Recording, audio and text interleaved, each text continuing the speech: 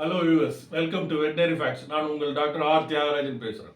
இந்த பதிவில் நான் முயல்கறியே அவ்வளவா தமிழ்நாட்டில் ஃபேமஸ் ஆகலை. ஒரு கோழிக்கறியோ வான்கோழியோ ஃபேமஸ் ஆன அளவுக்கு, கோயிலோ ஃபேமஸ் ஆன அளவுக்கு முயல்கறி ஃபேமஸ் ஆகலை. எல்லாரும் ரிப்பீட்டடாக சாப்பிட்றது இல்லை. அதுக்கு காரணம் என்ன? இதை நம்ம இங்கே அலசி ஆராயலாம். முதல்ல இதை முயல்கறியை ஒரு டெலிகசியாக தான் பார்க்குறாங்க. டெலிகசின்னாக்க ஒரு முக்கியமான பண்டிகை சமயத்தில், ஒரு முக்கியமான சமயத்தில், திருவிழா சமயத்தில் சாப்பிட்ற ஐட்டத்தை நம்ம டெலிகசின்னு சொல்லுவோம். அப்படி பார்க்கும்போது வான்கோழி தமிழ்நாட்டை பொறுத்த வரைக்கும் டவுனில் இருக்கிற பிரியாணி கடைகளில் தீபாவளியை முன்னிட்டு வான்கோழி பிரியாணி கிடைக்கும்னு போடுவாங்க. இதை நம்பியே வான்கோழி பண்ணையாளர்கள்லாம் ஜூன் மாதம் குஞ்சுகளை வாங்கி கரெக்டாக தீபாவளி சமயத்தில் விற்கிறாங்க. இதே தான் யூஎஸ்ஏலையும் இதே இதுதான். வான்கோழியை கரெக்டாக தேங்க்ஸ் கிவிங் டேல சமைக்கிறாங்க. தேங்க்ஸ் கிவிங் டேன்னா அந்த நவம்பரில் 3வது வாரம், அப்போ தான் அவங்களுக்கு கிறிஸ்மஸ் லீவ் ஸ்டார்ட் ஆகும். அவங்க யூனிவர்சிட்டியில் படிக்கிறவங்க எல்லா ஸ்டூடெண்ட்ஸ் எல்லாருமே தன்னோட தாய் தந்தையரை நோக்கி போவாங்க. காரில் ஏறிட்டு குரூப்பாக போவாங்க. எப்படியாச்சும் தேங்க்ஸ் கிவிங் டேல போய் அம்மா அப்பாவை பார்த்து கிஃப்டை கொடுத்துட்டு அவங்க கொடுக்குற விருந்தை உண்ணணும்னு அவங்க அவசரமாக போவாங்க. இது நார்மலாக ஒவ்வொரு வருஷமும் நடக்கிறது. அந்த தேங்க்ஸ் கிவிங் டே அப்போ அவங்க கிஃப்டை கொடுப்பாங்க அப்பா அம்மாவுக்கு. அவங்க இன்டர்ன் அவங்க அவங்களுக்கு நல்ல ஒரு டின்னரை கொடுப்பாங்க. இந்த சமயத்தில் மட்டும்தான் அது ரொம்ப ஃபேமஸாக டர்க்கி மீட் அவங்க யூஸ் பண்ணுறாங்க. மற்ற நேரத்தில் அவ்வளோவா யூஸ் பண்ணுறது இல்லை. அங்கேயும் ஸ்டேபிள் ஃபுட்டு சிக்கன் தான்.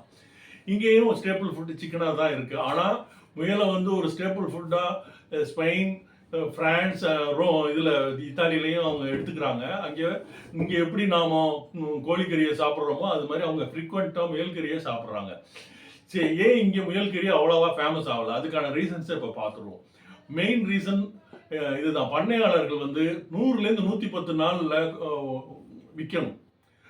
அப்போ தான் அதை கறிக்கு வெட்டும்போது அது ரொம்ப டெண்டர்னஸும் ஜூசினஸும் அதிகமாக இருக்கும், மிருதுத்தன்மை அதிகமாக இருக்கும், நல்லா டேஸ்டாக இருக்கும். இதை விட்டுட்டு எல்லாருமே 4 மாதத்துலேயும் 5 மாதத்துலேயும் மார்க்கெட் பண்ணுறாங்க. அதனால என்ன ஆகுதுன்னா, அதை எடுத்துகிட்டு போய் வாங்கி வெட்டி சமைக்கிறவங்களுக்கு அது ரொம்ப டஃப்பாக இருக்குது மீட்டு. அதை சாப்பிட்டவங்க நான் முயல்கறியை சாப்பிட்டேன், டேஸ்ட் பண்ணிட்டேன், இனிமேல் டேஸ்ட் பண்ண வேண்டிய அவசியம் இல்லைங்கிறாங்க. அடுத்த தடவை கேட்கும்போது எனக்கு வேண்டான்னே சொல்கிறாங்க. இதுக்கு காரணம், எந்த ஒரு டிஷ்ஷுமே நீங்கள் இம்ப்ரூவ் ஆகணும்னா ரிப்பீட்டட் ஆடியன்ஸ் வேணும். ஒரு நல்ல சினிமாவை எடுத்துக்கிட்டாலுமே அது ஹிட் ஆகணும்னா ரிப்பீட்டட் ஆடியன்ஸ் தேவை. அதே மாதிரி தான் ஒரு ஃபுட்டு நல்ல சக்ஸஸ் ஆகணும்னா அதுக்கு ரிப்பீட்டட் கன்சியூமர்ஸ் தேவை. இங்கே ரிப்பீட்டட் கன்சியூமர்ஸ் கிடையாதனால தான் பிரச்சனை. ரிப்பீட்டட் கன்சியூமர்ஸ் வரணும்னா அதை கரெக்டான டைமில் மார்க்கெட் பண்ணணும். 100லேருந்து 110 நாளில் மார்க்கெட் பண்ணால் தான் பண்ணையாளர்களுக்கும் லாபம். ஏன்னா இந்த 100லேருந்து 110 நாள் வரைக்கும் தான் அது கொஞ்சம் தீனியை சாப்பிட்டு அதிகமாக வெயிட் போடுது. அதுக்கப்புறம் 115 120 நாளைக்கு அப்புறம் அது அதிகமாக தீனி எடுத்து கொஞ்சம் தான் வெயிட் போடுது. இதனால் பண்ணையாளர்களுக்கு நஷ்டம்தான்.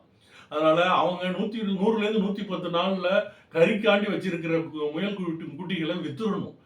அவங்க வச்சிருக்கிறது அதுக்கப்புறம் வச்சிருக்கிறாங்கன்னா அது ப்ரீடிங் காண்டி வச்சிருக்கணும். அதாவது ஃபியூச்சர் பேரண்ட்ஸுங்கிற கேட்டகரியில் செலக்ட் பண்ண அனிமல்ஸை மட்டும் வச்சுக்கணும். மற்ற எல்லாத்தையுமே 100லேருந்து 110 நாளில் விற்கணும்.